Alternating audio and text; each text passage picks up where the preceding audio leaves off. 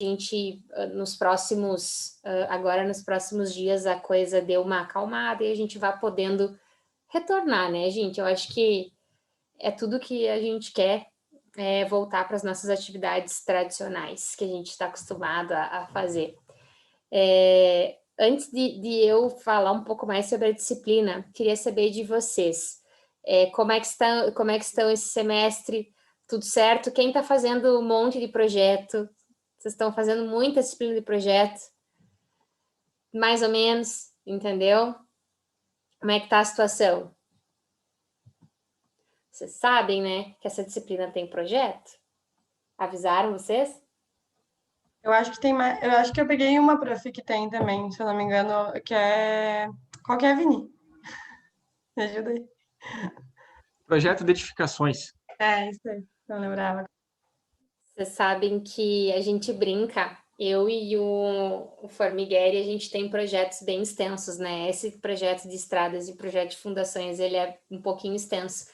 E sempre dá choque, né, de ter os grupos fazendo no mesmo semestre os dois. Eu sempre digo, olha, mais do que esses dois, vocês estão querendo enlouquecer, entendeu? Porque é bastante trabalho. Então, eu sempre aviso, digo, escolham bem os grupos. O segredo dessa disciplina é saber escolher o colega, entendeu? Porque o trabalho, ele é bom, é uma rodovia, né, gente? Então, não vou mentir para vocês, ele é um trabalho extenso e ele é um trabalho bem prático. Então, é exatamente o que se faz na vida real enquanto projetista de projeto de estradas, vocês vão fazer na disciplina. Então, muito foco, não deixem para a última semana, vocês vão arrancar os cabelos, entendeu? Eu já estou avisando, dando todos os avisos assim, ó, de parceria. Porque normalmente, eu não sei se alguém aqui mexe no Civil 3D. Não, prof. Então, a maioria dos grupos prefere trabalhar com Civil 3D. Eu também não domino Civil 3D, tá? Só para avisar vocês, eu fiz toda a parte de estradas, eu sempre fiz no CAD. Só que o Civil 3D, ele tem várias vantagens para projetos de infraestrutura. Ele dá muita coisa pronta, tipo como se fosse um Revit, sabe? Ele tem uma parte de conceitos. Então, ele facilita muito. Então, eu sempre digo assim, tem a parte boa, a parte ruim. Tem que aprender um software, ele é da base da Autodesk, então ele é muito parecido com o CAD. Normalmente os grupos tiram de letra, mas é um trabalho bem legal. Acho que vocês vão gostar de fazer. E vocês vão trabalhar nele o semestre todo, tá? Então, eu já vou largar ele hoje a gente começa a falar dele, na aula que vem eu largo os projetos, a prancha em si, e aí vocês já vão conseguir se organizando. Vocês têm bastante tempo, todas as aulas, como que vai funcionar as nossas aulas, tá? Vamos fazer um trato já aqui de cara. As nossas aulas, pessoal, quem me conhece, quem já foi meu aluno, sabe que eu gosto de fazer aulas dinâmicas. Eu sei que vocês cansam, então eu nunca faço aulas teóricas até 10h30 da noite, assim. Eu tento fazer o quê? Eu tento concentrar o bloco teórico, tá? Na primeira hora e meia, que então até umas 8h30, 9 horas, eu tento concentrar a parte teórica. E aí depois eu sempre vou para a prática. O que seria a prática? Eu vou fazendo alguns exercícios com vocês e também a gente vai assessorar o projeto, tá? Então, eu sei que a aula online, ela é uma aula que ela rende mais, né? Ela é mais rápida, porque a gente acaba conversando menos. Eu digo isso que é uma coisa que eu sinto falta, que a gente papeia menos.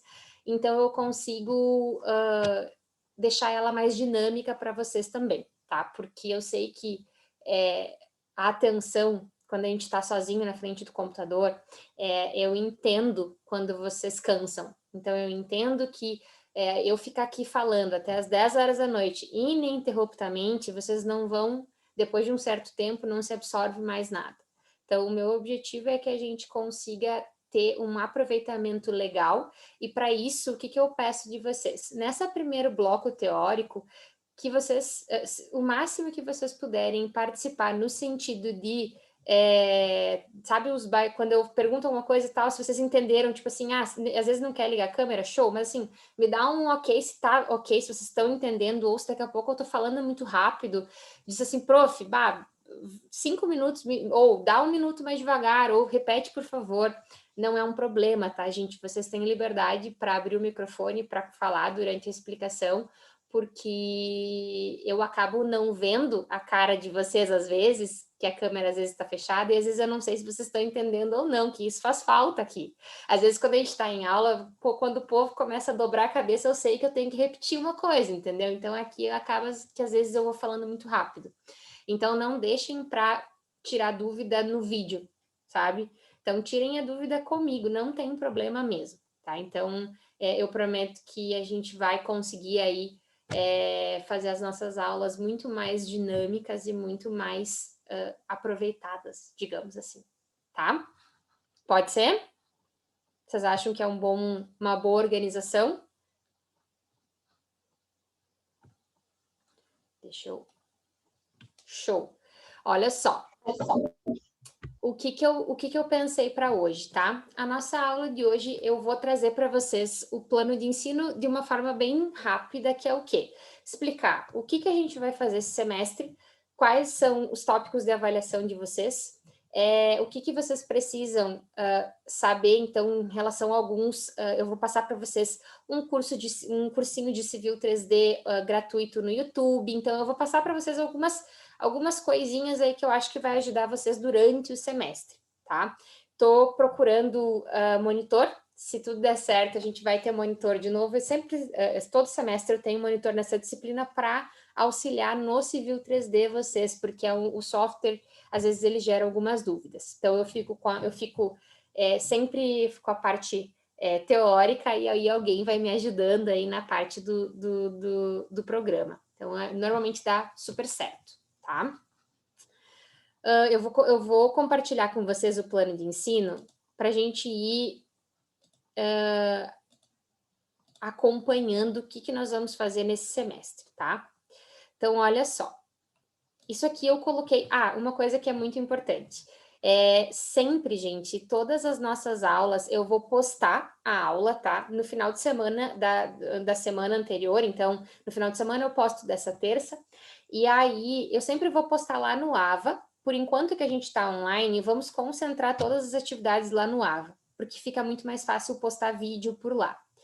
E aí, a gente vai fazer, então, eu vou postar a aula, mesmo horário, sempre o mesmo link, tá? Então, esse é o mesmo link para todas as minhas disciplinas, vocês entram, o mesmo horário, mesma organização sempre.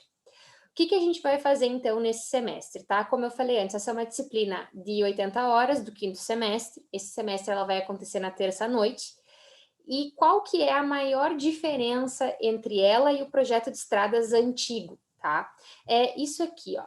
Única coisa que não tinha é essa parte aqui da ementa que fala sobre topografia, tá? Nós tínhamos direto entrada aqui nos elementos de planimetria, só que, como eu comentei com vocês, praticamente eu já fazia uma aula de topografia aplicada. Então, a gente só vai ter mais uma aula de topografia, que é falando dos instrumentos de instrumentação de uso, tá? A bibliografia também deu uma aumentadinha aqui por causa da topografia. Então, ela tem as duas partes aqui junto, mas de bibliografia não mudou muita coisa, tá? Eu vou passar para vocês depois um livro que ele é bem velhinho, mas ele tem até na internet mesmo, mas que é o livro que a gente se baseia para fazer a disciplina. Então, fiquem tranquilos em relação a isso. O que vocês têm que saber, então, quando finalizar o semestre, tá? Vocês têm que saber ler e interpretar uma planta topográfica, uma planta de curvas de nível, tá? Esse é o primeiro ponto. Segundo ponto, vocês têm que saber ler, interpretar um projeto de estradas e saber projetar a parte geométrica do projeto de estradas, tá? Então, esses são os dois grandes objetivos, né? A parte de interpretação do projeto de topografia e execução do projeto de estradas. A gente vai chegar até a parte de terraplanagem. E aí, de terraplanagem para frente, que é a parte de composição do leito, é a Jéssica lá em pavimentação. Então, essas duas disciplinas, elas juntas, né? Vocês vão ter aí os elementos de todo o projeto de estradas, enquanto engenheiros civis, que vocês vão poder assinar depois. Então, aqui a gente entra com a parte de projeto geométrico e depois ela com a parte de materiais de camadas, né? Camada de leito, subbase, etc. Então, essa parte de dimensionamento, tá? Em relação à metodologia, então, como que eu faço, tá? Sempre. Eu começo a aula com a parte expositiva, explicando para vocês os conceitos novos, até porque é uma disciplina bem nova, no sentido de conceitos mesmo, vocês vão ver muita coisa diferente. Depois, eu sempre trabalho com foto, vídeo, vocês vão ver que tem bastante coisa, assim, bastante foto, bastante arquivo de obra nos slides. E a gente vai fazer um projeto, tá? Então, tem prova? Tem, porque é ementa do curso e é porque a EMED tem G1 e G2. Mas o nosso core da disciplina é o projeto de estradas. Então, a gente vai trabalhar nele da semana que vem até a última semana de aula, tá? Como que funciona as notas de vocês? Deixa eu trocar aqui pro slide, que é melhor, fica mais bonitinho. A parte, então... o link está aqui, deixei ele sempre aqui na aula também. Como vai funcionar as notas, tá? A G1 é a parte da nota de vocês referente à avaliação individual. Então, vocês vão ter 2 provas e a entrega de exercícios. Quase todas as aulas eu vou dar alguns exercícios para vocês fazerem, e esses exercícios vocês entregam ao final do semestre, para que a gente faça valendo 20% da G1, tá? A primeira prova vale 4, a segunda prova vale 4 também. Somando essas 3 avaliações, que é a avaliação individual, vocês têm a G1. O projeto, ele é em grupo, e aí ele tem, então, o projeto escrito, né? A parte de entrega vale 6 pontos, e a defesa oral com as perguntas, né? A defesa e a justificativa do trabalho vale 4 pontos. Então, fechando, vocês têm a G1 e a G2, G1 100% individual, G2 100% em grupo. Então, é por isso que eu até comentei, né, gente? Escolham bem os grupos de vocês, porque vocês vão precisar ter parceria para fazer esse trabalho. Sozinho, vocês vão sofrer bastante, porque ele é trabalhoso. Então, nessa hora, é uma hora bem importante do semestre, a escolha dos grupos, tá? Prof, Oi, desculpa, diga. grupo de quantas pessoas? O grupo são normalmente, né, a gente tem aqui 3 pessoas e pode ter um grupo que aí ajusta com 4. Eu não sei, a gente ainda nessa primeira semana é um pouco complicado porque ainda tem ajuste de matrícula, tá? Então tentem fazer o grupo de 3 e aí, no caso, se na semana que vem, né, se a gente fechar a chamada e tiver ali uma pessoa a mais, a gente daí faz um grupo, 1 ou 2 grupos de 4. Mas a princípio são grupos de 3 pessoas, tá? Prof, Oi. a nota que compõe o projeto é uma entrega só ou são várias entregas durante o semestre? Como que Tipo, vai... tem que... Pode falar. Não, acho que tu me entendeu. Eu ia pedir se tem que ir entregando ao longo do semestre. Sim. A entrega final do trabalho é aqui no dia 22, até eu coloquei o cronograma para ficar mais fácil de vocês entenderem.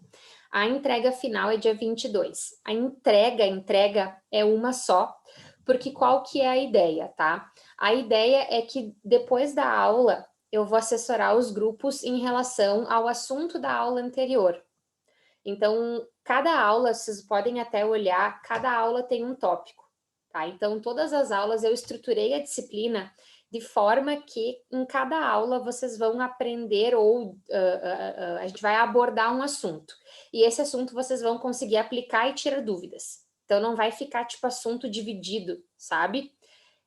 Justamente para que a gente consiga fazer a parte teórica e aí depois eu faço a parte prática, né? Assessorando os trabalhos em relação ao conteúdo da semana anterior. E aí, como que normalmente eu faço? Eu abro o chat, quando eu estou fazendo a chamada, eu já abro o chat ali para vocês, e aí vocês colocam para mim em ordem os grupos a ordem de assessoramento. Então, um do grupo vai ali no chat e coloca, grupo 1, assessoramento, tal. E aí a gente consegue, eu vou assessorando um por um depois da parte teórica.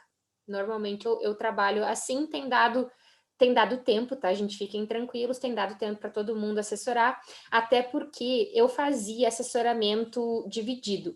Mas os primeiros assessoramentos eu tenho feito com toda a turma junto. Por quê? Porque a maioria das vezes, no início do projeto, vocês têm basicamente as mesmas dúvidas.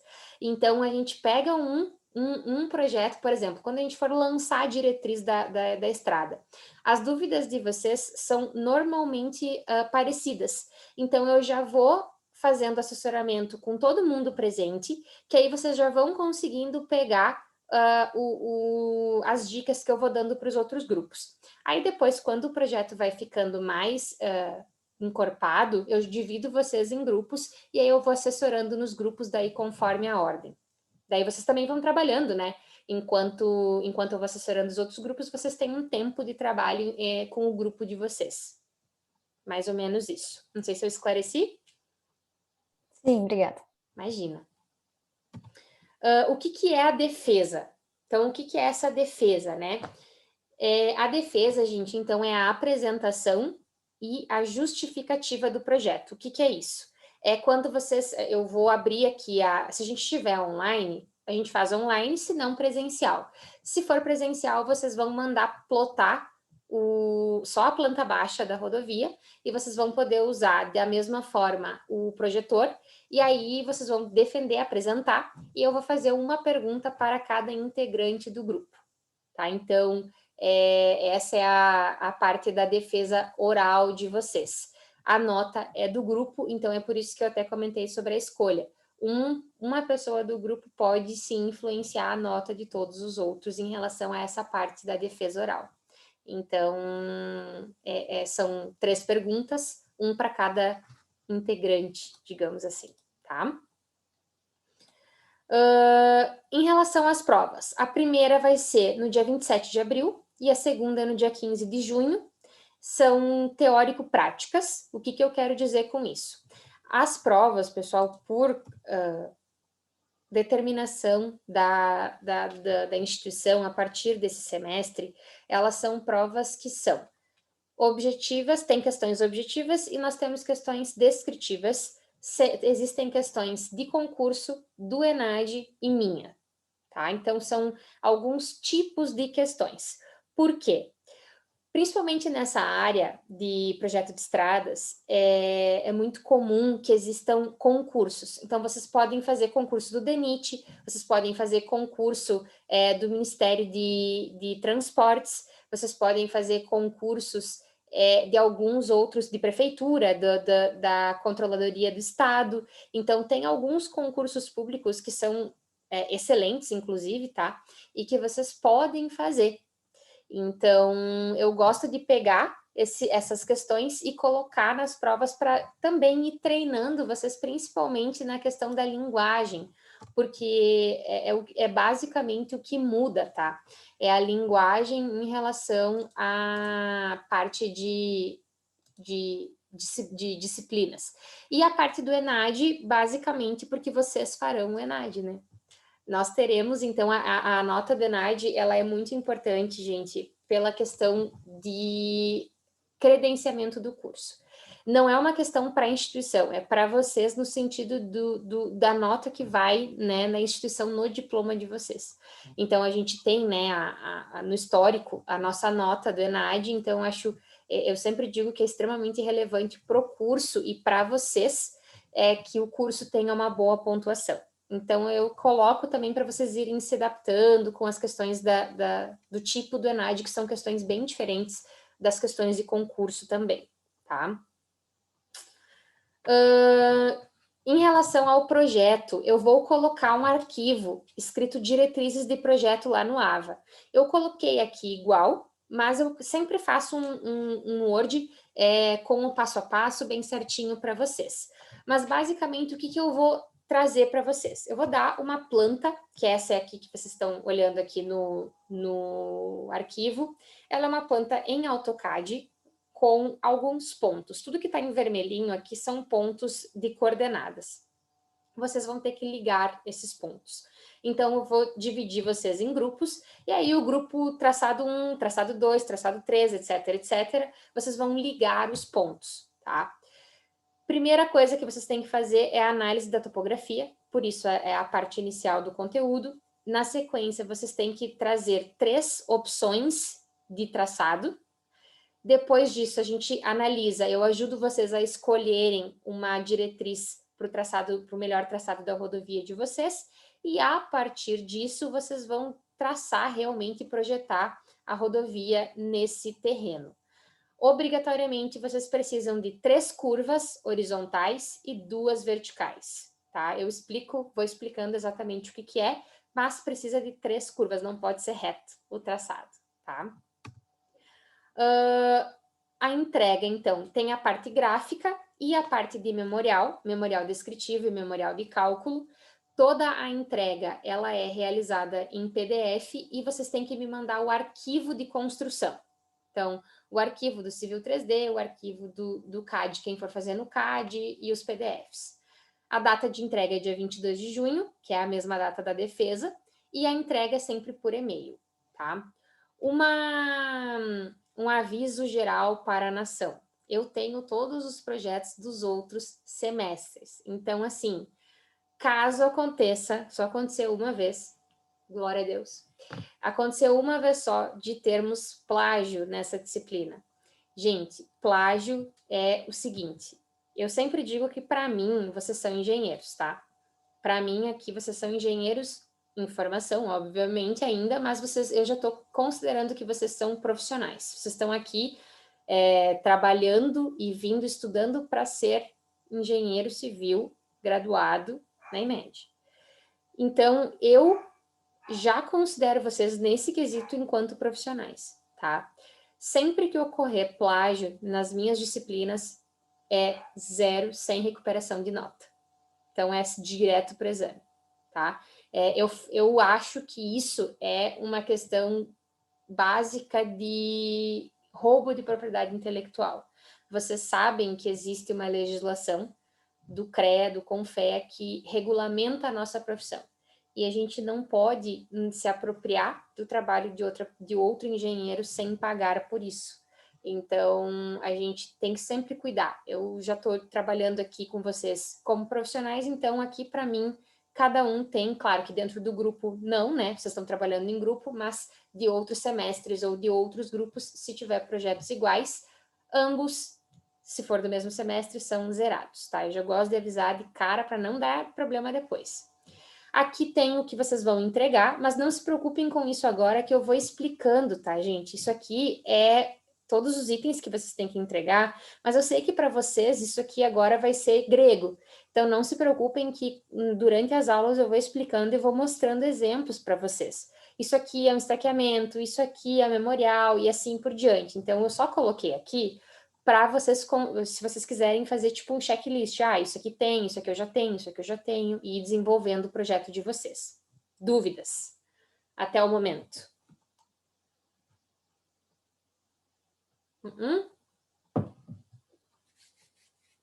Podemos seguir?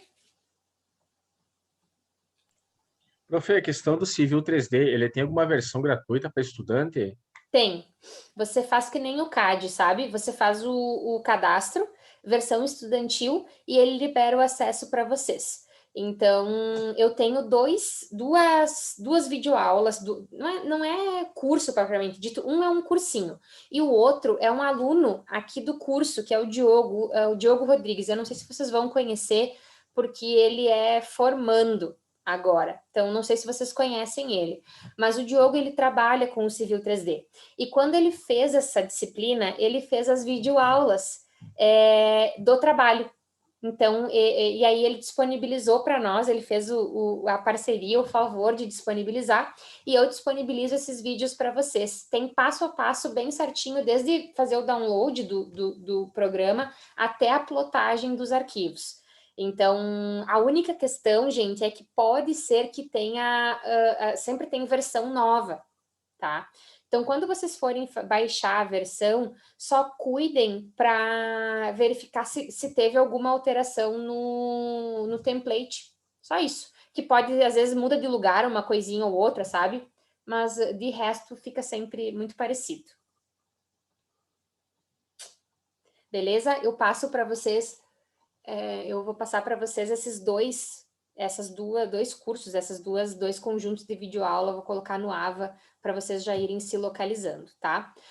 Vou mandar esse arquivo por e-mail, porque normalmente o portal, ele corrompe arquivo DWG, tá? Então, eu vou mandar ele para vocês, vou só esperar final de semana, porque eu quero ver se mais alguém se matricula.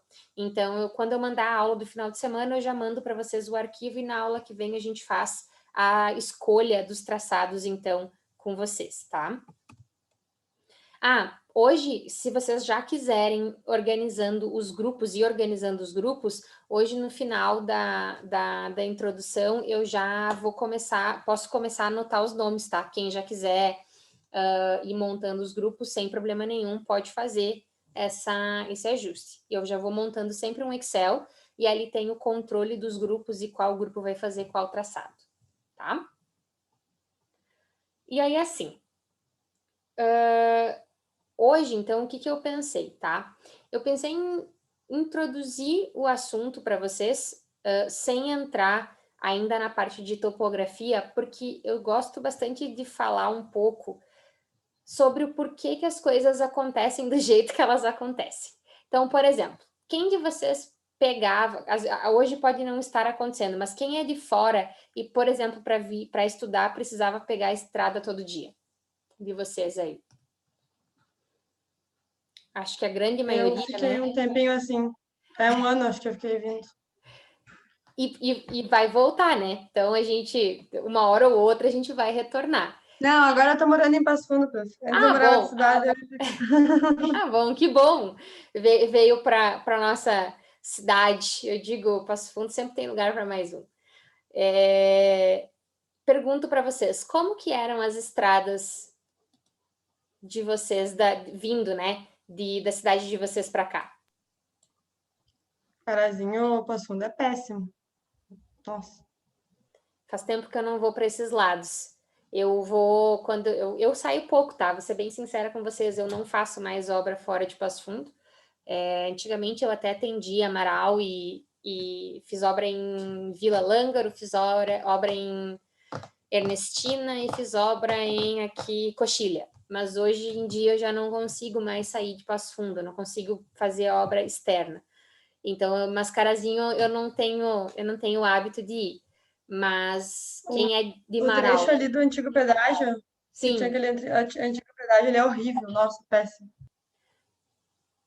Quem que é entre Marau e Vila Maria, tem alguém? Não? Ó, milagre!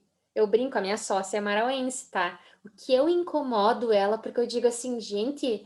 Marau tem 40 mil habitantes, mas aonde tu vai, tu acha um marauense. Eu brinco com ela, fico tirando a cara dela, digo assim, engraçado, vocês são tão poucos, mas vocês se dispersam.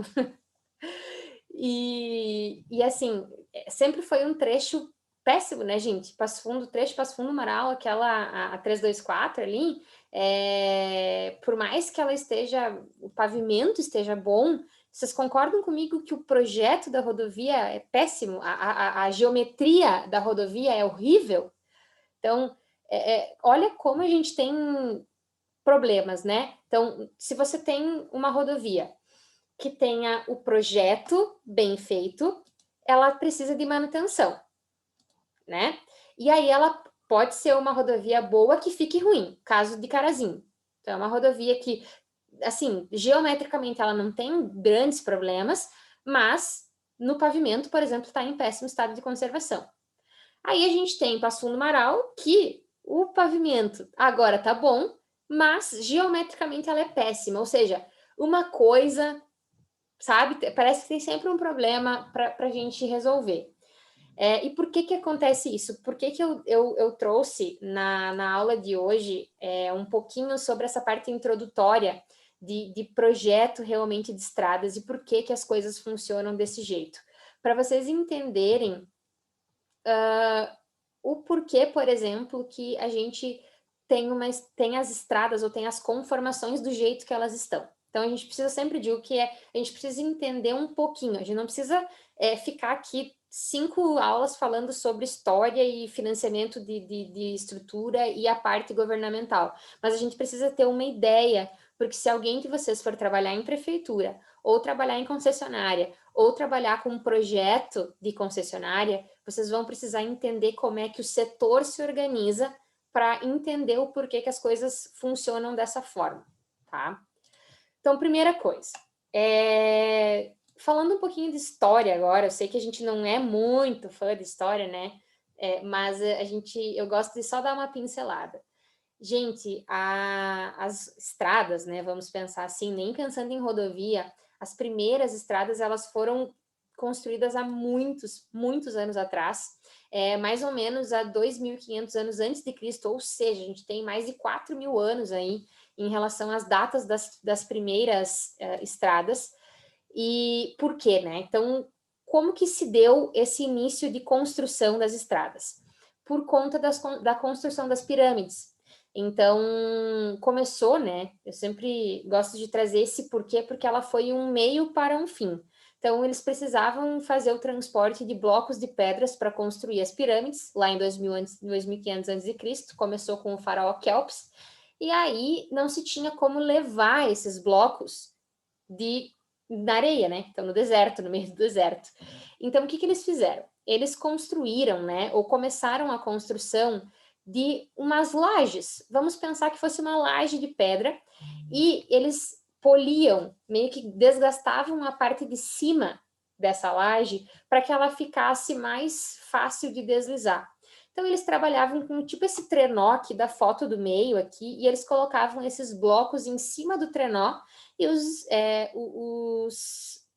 funcionários, bom de dizer, né? Os trabalhadores e os escravos também puxavam. Uma coisa que é incomum, gente, quando a gente aprendeu história, né? O povo achava que as pirâmides, elas tinham sido construídas só por escravos. E, na verdade, não, tá? As primeiras pirâmides foi uma coisa que foi descoberta não faz tanto tempo assim. As primeiras pirâmides foram construídas por guerreiros, quando não tinha guerra. Então, por exemplo, tinha épocas, né, de guerra, e aí quando eles precisavam produzir alimentos, etc., eles paravam, tipo assim, davam um time na guerra, entendeu? E aí essas pessoas ajudavam na construção da pirâmide. Depois acabou sendo os escravos, enfim. Mas não começou assim. Como é que fala? Uma cápsula de história. Mas depois dessa parte dos faraós e toda essa grande movimentação, a gente teve muitos anos aí em que pararam de construir estradas. Só realmente teve um boom ali, teve um desenvolvimento legal no Império Romano. Então, o Império Romano foi foram né, dos povos que mais teve domínio em relação a território. Então, essa aqui no slide é um mapa da região das estradas dominadas pelo Império Romano. Então, isso, né, gente, lá há 3.000 anos atrás, isso era muita coisa. Tá? Então, para quem fazia estrada manualmente, isso aqui é muita quilometragem, é uma infraestrutura muito grande. E aí vocês me perguntam assim, como que os romanos faziam estrada? Exatamente do mesmo jeito que a gente faz hoje. Então, falando agora de estrutura, não se teve quase nada de mudança em relação ao pavimento romano e ao pavimento que a gente tem hoje. Qual que é a grande diferença? A camada superior. Então, antigamente, e quem já foi para a Europa, já com certeza pode confirmar o que eu estou dizendo, principalmente na Itália, as estradas eram de calçamento. Mas como que é feita a estrada? Com lastros, né? de pedras maiores, depois menores, depois solo e depois a estrutura, as pedras do pavimento, que seria o nosso basalto, o nosso paralelepípedo de hoje em dia, tá? Exatamente a mesma técnica. Há 3.000 anos a gente faz a mesma coisa. Vocês parem para analisar como isso é bizarro, a gente não muda, né?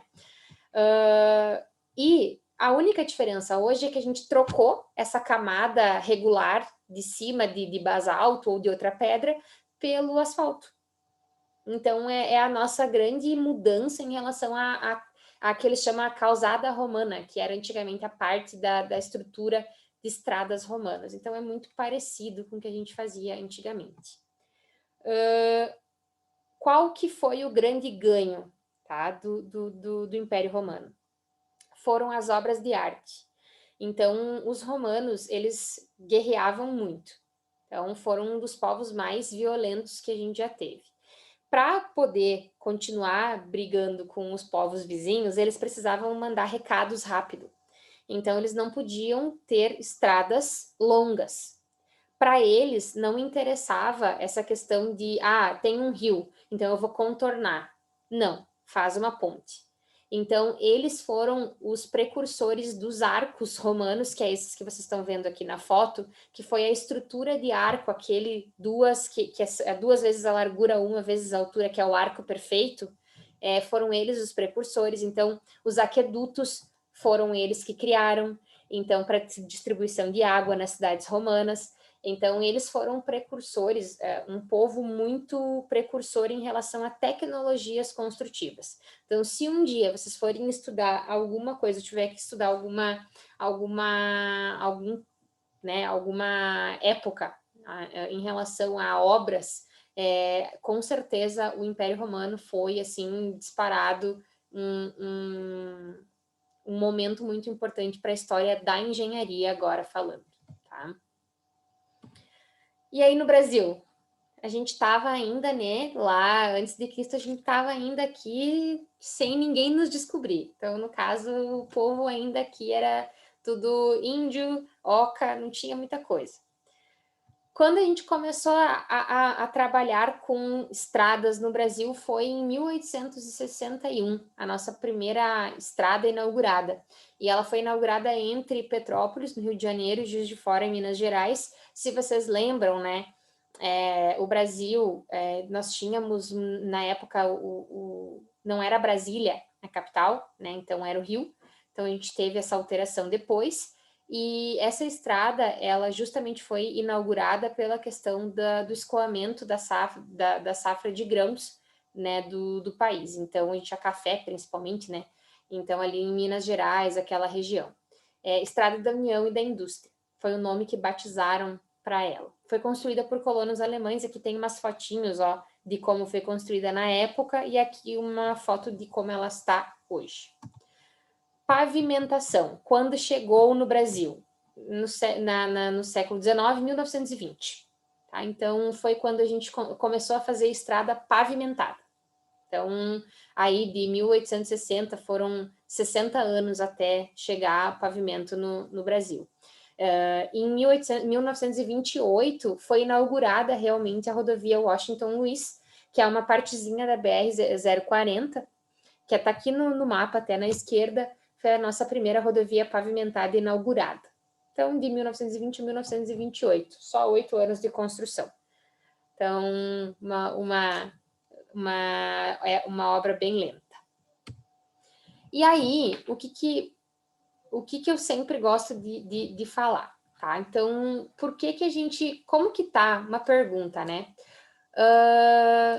As rodovias no Brasil. Como que funciona a organização das rodovias no Brasil? Nós tivemos muito pouco investimento nas primeiras décadas do século XIX, ou seja, até 1940, 1950, a gente teve um pouco nível de investimento em rodovias. Aí, em um certo momento, lá pela década principalmente ali entre 50 e 60, a gente teve 2 grandes fatores que impulsionaram a criação de rodovias no país. Uma foi a abertura do mercado nacional para a indústria automobilística. Então, em 1957 isso aconteceu, e em 54 foi fundada a Petrobras. Tá? Então, esses dois eventos fizeram com que a gente criasse demanda por carros e automaticamente os carros criaram demanda por estradas. Tá? E aí, nessa função toda, o que acontece? A gente, na época, não se existia nenhum tipo de estrutura de financiamento, tá? Aí veio um engenheiro que, na época, era como se fosse o ministro dos transportes hoje, tá? Tinha outro nome na época, mas analogamente é como se fosse o ministro de transportes hoje. E aí ele criou, então, o Fundo Rodoviário Nacional. Isso em 1946, tá? Foi criado, então, pelo engenheiro Joper e essa lei foi batizada, então, após o nome dele.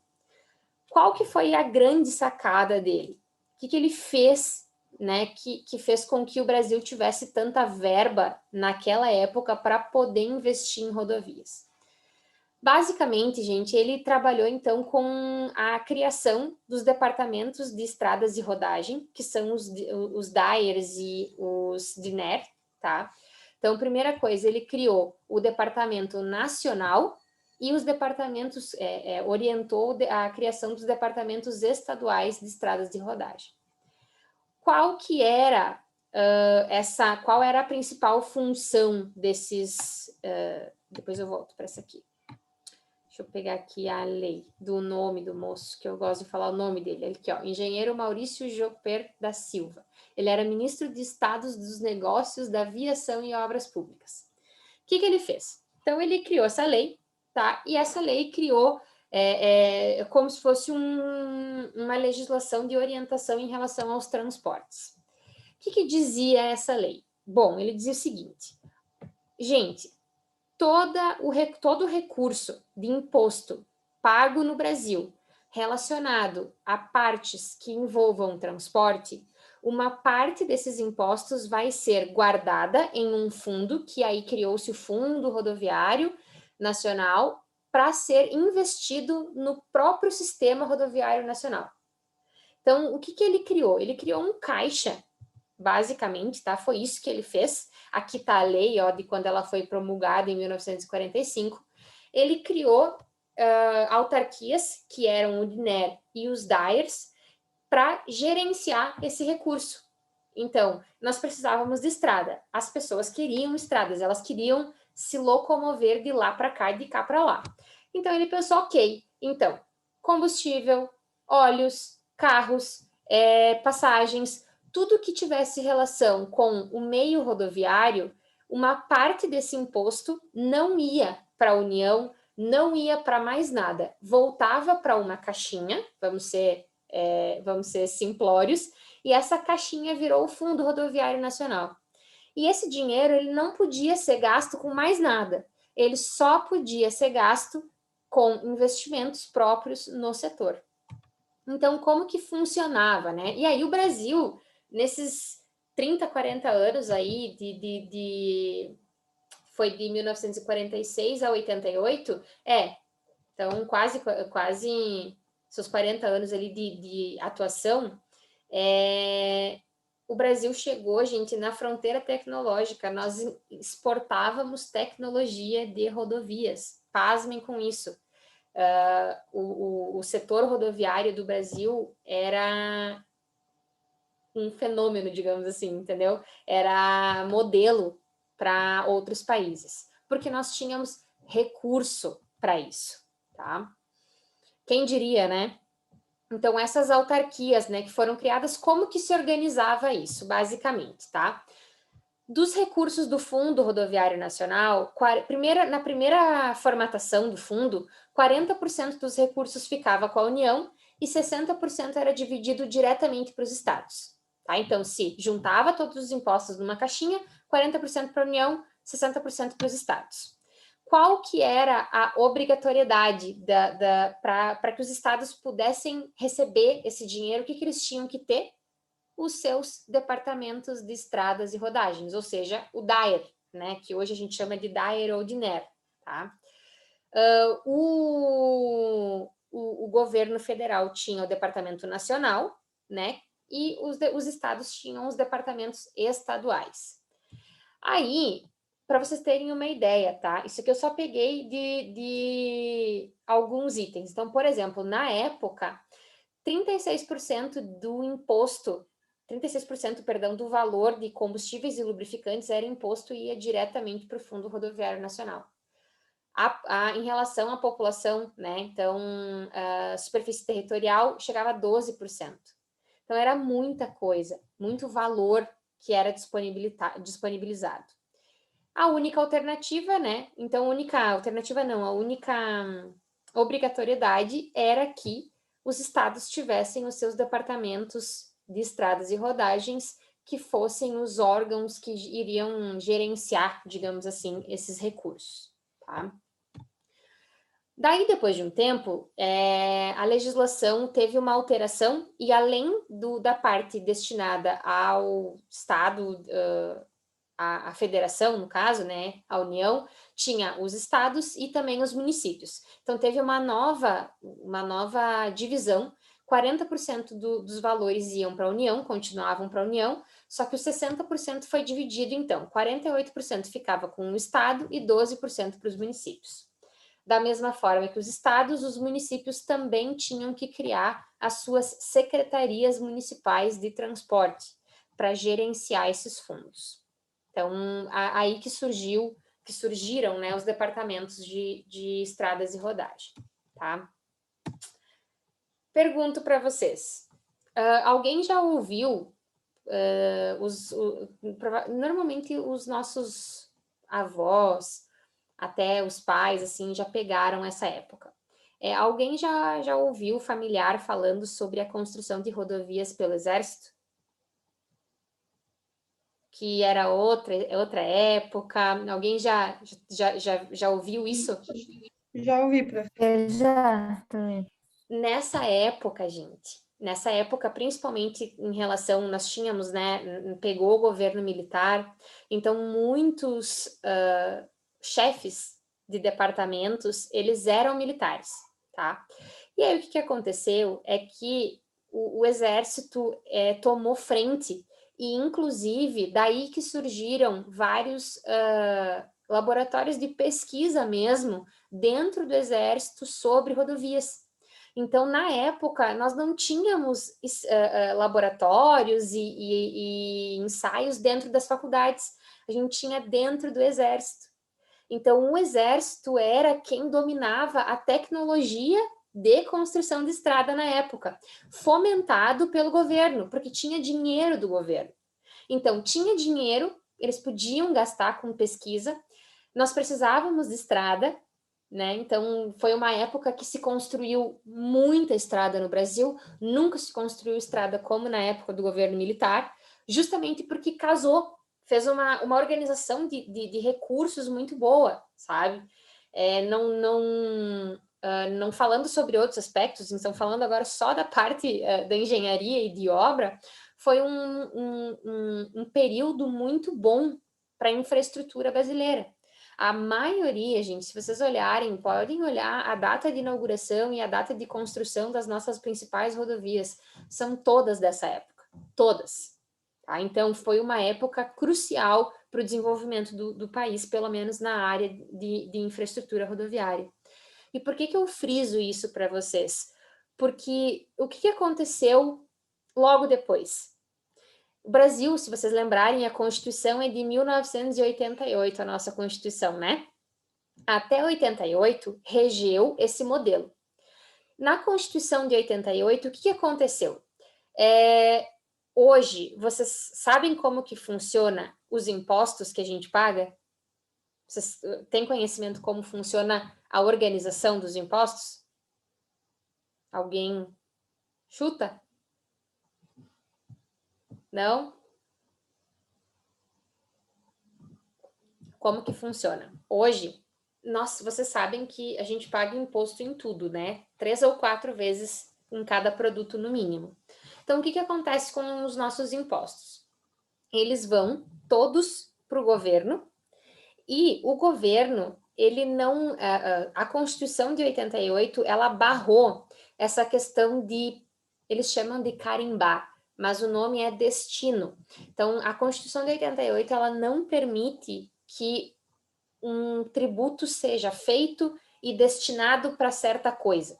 Então, por exemplo, eu não posso dizer, o povo fala assim, às vezes os governantes falam, tipo, você paga IPVA para manter as estradas. Vocês sabiam que isso é mentira?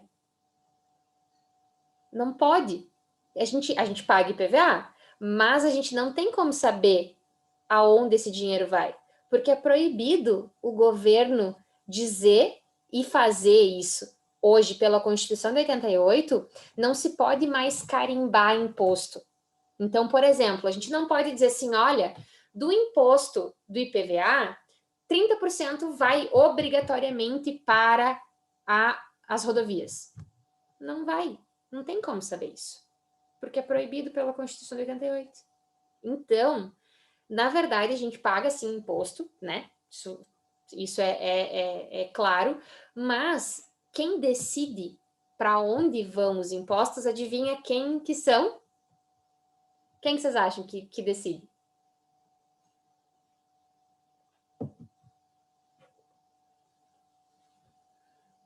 Vocês chutem aí quem vocês acham que decide para quem, para que lado que vai. Tanto para educação e não sei quanto mais para gastar isso, para pagar aquilo. Não é... Dica número 1, não é o presidente. Dica número 2, vamos ver, alguém falou alguma coisa aqui. Com certeza, bastante. Bastante. Oficialmente não, né, Flávio? Oficialmente não, mas o caixa 2, 3, sei lá, até que número acontece. Mas, gente, hoje, quem define aonde vai os tributos, aonde se gasta dinheiro, são os deputados. Então, os deputados estaduais e federais, eles são justamente os responsáveis, né? E aí o Senado, ele vai lá e dá o ok ou não, mas eles são os legisladores do dinheiro, eles que definem. Então, por exemplo, assim, se alguém olhar para vocês, um político, e dizer assim, eu preciso criar um imposto para poder investir todo esse valor em saúde ou em qualquer outra coisa, é mentira. Porque eles não podem garantir isso. Entende? Porque não se pode carimbar dinheiro público. Tem uma exceção, tá? Tem uma legislação que fala de investimento mínimo em saúde, de saúde pública. Se eu não me engano, gente, é 12%, 12, 15%, é um valor pequeno, tá? Que é assim, olha, obrigatoriamente você tem que gastar esse valor em saúde pública, mas só. É saúde e educação é obrigatório. É Então, obrigatório também, né? eles estavam querendo tirar agora para poderem dar mais uma rodada de auxílio emergencial, mas tá na Constituição. Saúde e educação tem um valor, acho que saúde educação é mais saúde. Educação é mais... Eu lembro que é um valor pequeno. É 12, 15, acho que, se não me engano. Eu acho, isso aí mesmo. Então, assim... A arrecadação federal. É bem isso. Então, assim, o que aconteceu? A estrutura que funcionava, né, da época, ela ruiu, porque não se manteve... O que acontece? Pensem comigo agora, tá? Se tá tudo dentro do mesmo pote. Vamos pensar aqui, ó. Tem um potinho aqui, tá tudo dinheiro dos nossos impostos aqui, tá? Vocês, enquanto governantes, vocês vão gastar em saúde ou em infraestrutura de estradas? Entende que quando a gente deixa tudo no mesmo bolo, e quando a gente olha no frigir dos ovos, tem coisas que sempre vão ser mais importantes. A saúde pública, segurança pública e educação são 3 fatores que são sempre de ordem prioritária nos investimentos. E eu concordo que tem que ser. Só que vocês entendem, hoje, vocês já têm conhecimento suficiente em engenharia. Para eu desenvolver uma região, eu consigo desenvolver essa região se ela não tiver infraestrutura básica de estrada, energia, água e internet? Eu consigo implantar, por exemplo, um polo industrial em uma região que não tenha essa infraestrutura básica? O que vocês acham? E aí, como que eu vou desenvolver uma região, gerar emprego? Porque a questão maior é que a gente precisa crescer enquanto país. Para crescer, a gente precisa desenvolver. Para desenvolver, eu preciso ter infraestrutura.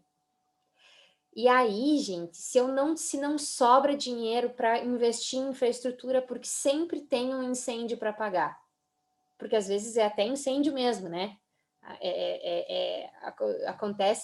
Acontecem emergências. E aí a gente sempre está brigando, entre aspas, né? Emenda constitucional. Eu vou pagar tanto para a saúde ou tanto para uma estrada?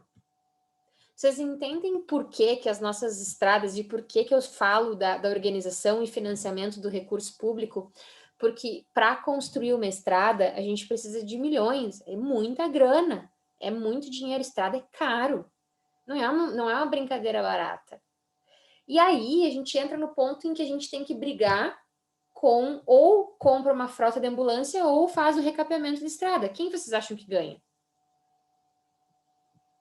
Então, não estou dizendo que está certo, que nós deveríamos não ter ambulância, mas é um pouco complicado, porque as nossas infraestruturas, que no longo prazo, a gente para pensar a longo prazo, a gente precisa de infraestrutura.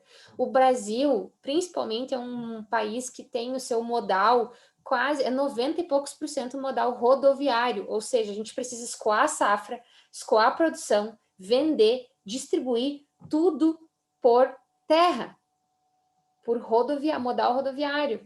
Se a gente não investe, o impacto... Teve uma pesquisa que o pessoal fez da Embrapa, que falou sobre a perda na produção de soja do estado aqui do Rio Grande do Sul. Só no transporte, gente, 13% da safra se perde no transporte. Só isso, para chegar no porto. Então, pensem, façam a conta em quanto dinheiro os brasileiros perdem, literalmente, jogados fora. Outra coisa, quantos locais caminhão de bombeiro não chega?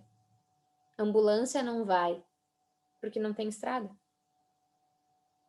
Então, vocês conseguem entender que no longo prazo, a estrada ela é tão crucial quanto investir em saúde pública? Porque ela permite que o local se desenvolva, que tenham mais empregos e que daí a gente consiga melhorar a vida daquelas pessoas?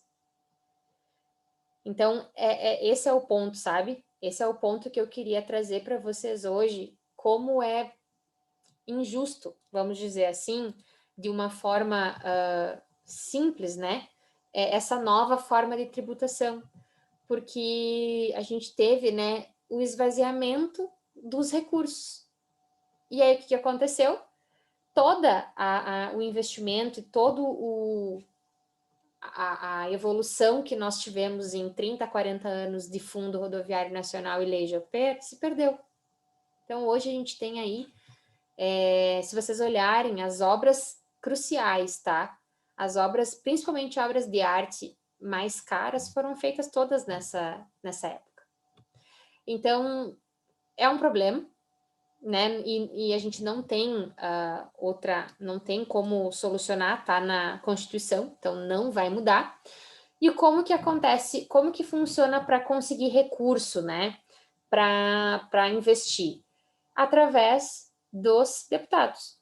Então, eles que destinam, né? Fazem essa destinação de recursos para verbas, tá? Então, assim, claro que qual foi a solução adotada, então? Começar a trabalhar com parceria público-privada, né? Então, aí começaram as parcerias público-privadas, concessão, pedágios. Então, aí começaram outras estratégias, digamos assim, mas realmente é uma situação complicada, né? Para não dizer o mínimo, tá? Tranquilo? Deu para entender essa parte de financiamento, como funciona. Todas as obras necessitam de licitação, então não pode fazer nenhum tipo de nem manutenção. E isso é um problema, tá, gente? A maioria das rodovias no Brasil não tem projeto de manutenção. Por consequência, não tem como fazer licitação da manutenção. E aí complica. Aí o que acontece? Eles deixam a rodovia chegar no último suspiro para gastar uma fortuna e quase fazer uma nova em cima. Basicamente. Entenderam? Por enquanto, tudo certo?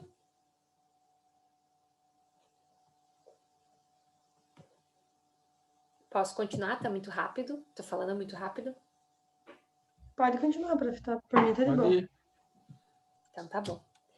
E aí, então, o que eu queria mostrar para vocês? Eu queria mostrar umas coisas legais também, né? Porque eu digo, eu não sei se vocês aqui têm costume de assistir o Discovery. E aqui em casa é só o que fica, né? Ou é no Home and Health, que daí eu tô assistindo Irmãos à Obra, né? Ou é no History, ou é naquele Grandes Obras. Sempre em um ou outro, tá. E aí eu peguei as rodovias que é um documentário bem legal, tá? Que são as rodovias mais legais do mundo. E eu aconselho quem gosta de assistir. Ele não é um documentário comprido, ele é um episódio, então dá o quê? 40 minutos, 50 minutos. E eu tirei as fotos para mostrar para vocês. Então, uma das estradas mais difíceis de ser construídas foi a James Dalton Highway. Na verdade, ela foi construída no Alasca só para poder dar suporte à construção de um projeto de oleoduto. Então, eles precisavam fazer o oleoduto e não tinha como fazer porque não tinha estrada. Então, foi construída essa estrada para que pudesse ser feita a obra do oleoduto. E aí ela fica 100% do ano coberta de neve, como vocês estão vendo aqui, às vezes mais, às vezes menos, mas ela foi totalmente construída para isso. Então, é uma estrada que ela fica assim, ó, se vocês olharem ela de longe, ela é bem engraçada porque ela quase desaparece na paisagem. Ela é bem bonita. Outra, as autobahns alemãs, que para quem... A Alemanha, ela é escola, né? Então, tem duas grandes escolas de engenharia rodoviária, tá? A Alemanha é um país que desenvolve muito pesquisa, mas nada se compara à produção da ASTO, que é como se fosse o DENIT dos Estados Unidos. Então, tem a ASTO e tem um outro departamento que fica no Texas, nos Estados Unidos, que eles produzem muita pesquisa. Então, quem gosta dessa área, se escreve A-A-S-T-S-H-T-O, ASTO. Depois eu vou trazer várias referências durante o semestre deles. E os caras, sim, gente, são sensacionais em relação à pesquisa rodoviária. É muito, muito legal mesmo. Então, na Alemanha, a gente tem as autobahns sem limitação de velocidade, né? Então, é um projeto muito legal das rodovias de lá, que são estradas longas com alta visibilidade, uma engenharia, assim, excepcional. Além disso, a gente tem a passagem de Stelvio. Então, aqui tem a foto dela de longe e aqui mais de pertinho, nos Alpes italianos. Foi uma estrada que, parecida com a nossa aqui do Rio Grande do Sul, da Serra do Rio do Rastro, ela foi construída na encosta de uma montanha, basicamente muito parecida com a Serra do Rio do Rastro na sua composição. Essa ponte, eu não sei se alguém já viu, já tinha visto ela, é uma ponte em espiral. Então, é uma montanha muito íngreme no Japão, tá? Em Kamazu, ou Kamazu, não sei como é que fala a cidade, né? Japonês eu não falo, mas eles tinham um desnível muito íngreme. Em vez de sair costeando, eles usarem muito espaço, né, para fazer essa transposição, eles criaram uma ponte em espiral e aí trabalharam com menor espaço disponível ali do local. Então, ela é bem famosa, assim, essa pontezinha, ela é muito íngreme, mas ela é muito famosa. Não sei, esse aqui também é um projeto muito famoso em Norfolk, da Baía de Chesapeake. Ela é uma estrada subterrânea, né, por baixo do mar. Então, ela entra, faz todo o túnel e sai aqui, ó. Sai aqui do outro lado, os navios passam por cima da estrada. Então, ela é bem legal. Em 2019, eu fui viajar e aí eu andei de trem nessa mesma... entre Paris e Londres tem uma estrada, tem uma ferrovia que é assim, e eu andei, é muito legal, tu não percebe, né? Que é um túnel fechado, mas ele é um túnel submerso, e é muito, muito legal. Então, essa aqui tá na wishlist, em Norfolk. Aqui, essa é na Noruega, para mim é a mais legal de todas elas. Não sei se eu teria coragem de ir em um dia com um mar de ressaca, mas em um dia bonito ela é assim, ó, gente, bem como tá aqui. Em um dia bonito ela é assim, ó, é a estrada do Atlântico. Então, é uma região que tem muitas ondas, e aqui o pessoal não foi que nem a ciclovia Tim Maia lá, que o pessoal não achou que as ondas podiam vir de baixo, que o pessoal lembrou de considerar isso. Então, aqui é em um dia com ressaca, ó. E aí as ondas, elas chegam e elas batem aqui em cima da estrada. Então, ela tem toda uma proteção, toda uma curvatura, ela é muito legal. Toda a estrada aqui, se vocês olharem, ó, toda ela foi construída pipocando por cima de pequenas ilhas. Então, ela é uma estrada barra ponte, sabe? É uma estrutura mista de estrada e ponte na Noruega. Bem legal mesmo. Aqui, para mim, isso aqui é uma aberração, mas existe. É a interseção I-105 e I-110 em Los Angeles. Judge Harry Pederson é o nome da interseção. Ela é gigantesca assim mesmo, tá? E aqui, aqui embaixo, para quem gosta dessa parte de engenharia de tráfego, sabe que isso aqui, ó, é um pipinaço. Isso aqui a gente... esse solo aqui embaixo acaba perdendo muito valor, sendo muito descaracterizado socialmente. Isso aqui a gente acaba não fazendo mais, esse tipo de estrutura gigantesca. Mais uma vez, os Alpes suíços, então, aqui, ó, a passagem de Oberalp, que é bem legal também. E esse aqui é um mais louco, perigoso, tá? É Gulian Tunnel, ele é na China. Se vocês olharem, ó, a estrada ela foi toda implodida dentro da rocha. É isso aqui, gente. Essa é a estrada. Passa um carro por vez, tá? Se encontra, os carros têm que ficar beirando o precipício para poder passar, não passa caminhão, nada, né? Então é proibido. Mas ela liga regiões da China. Então é louco.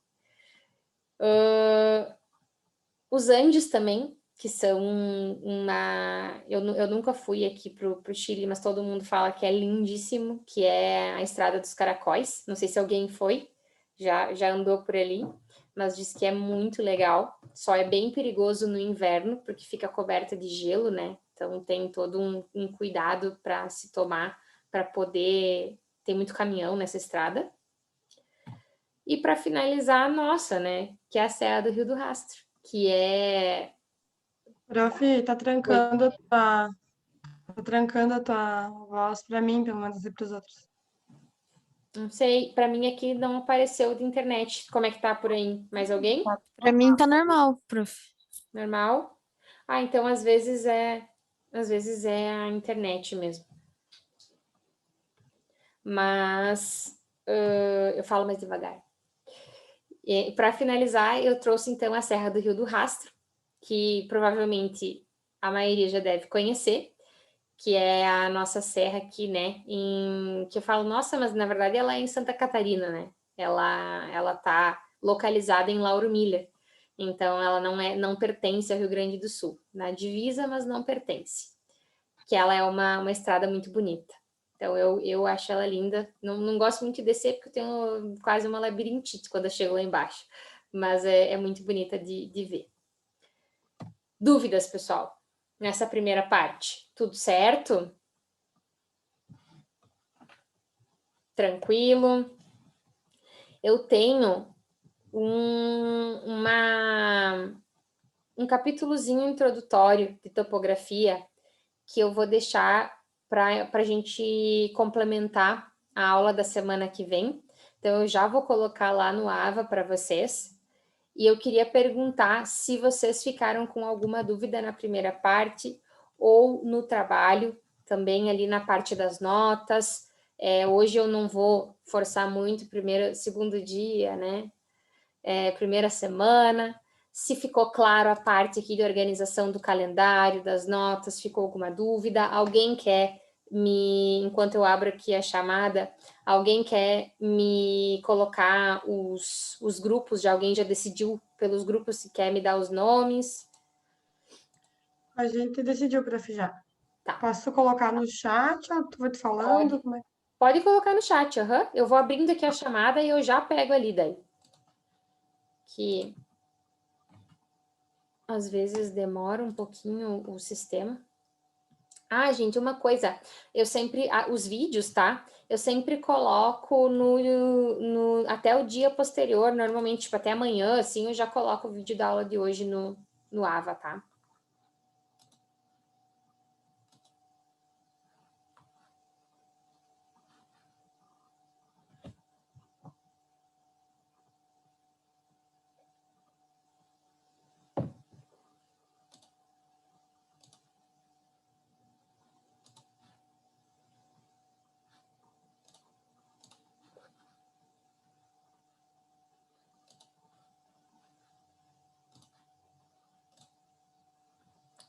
Aqui.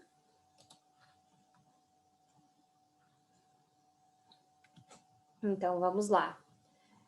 Microfones on, fazer a chamada. Bruna. Presente. Carlos. Presente. Érica. Presente. Flávio.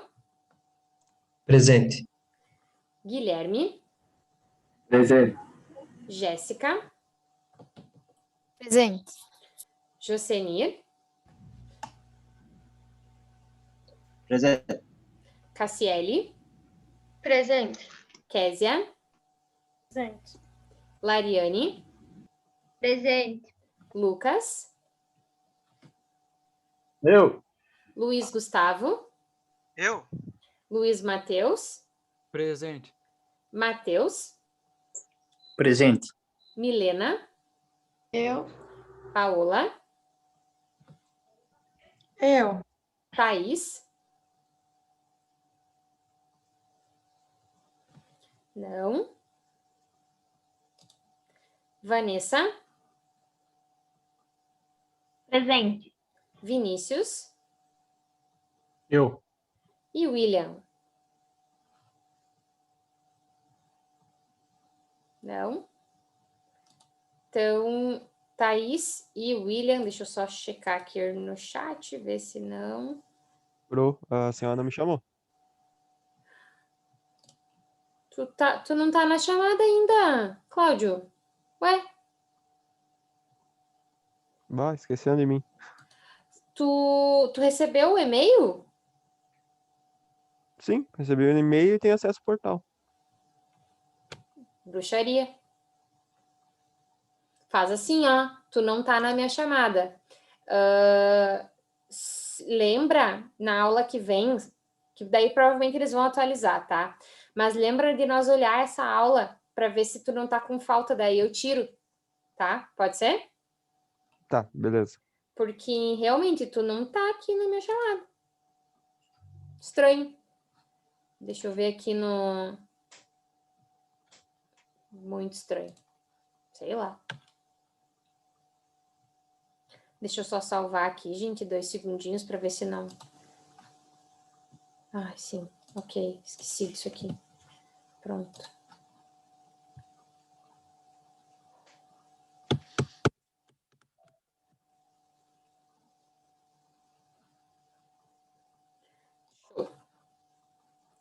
Vou pausar a gravação e aí a gente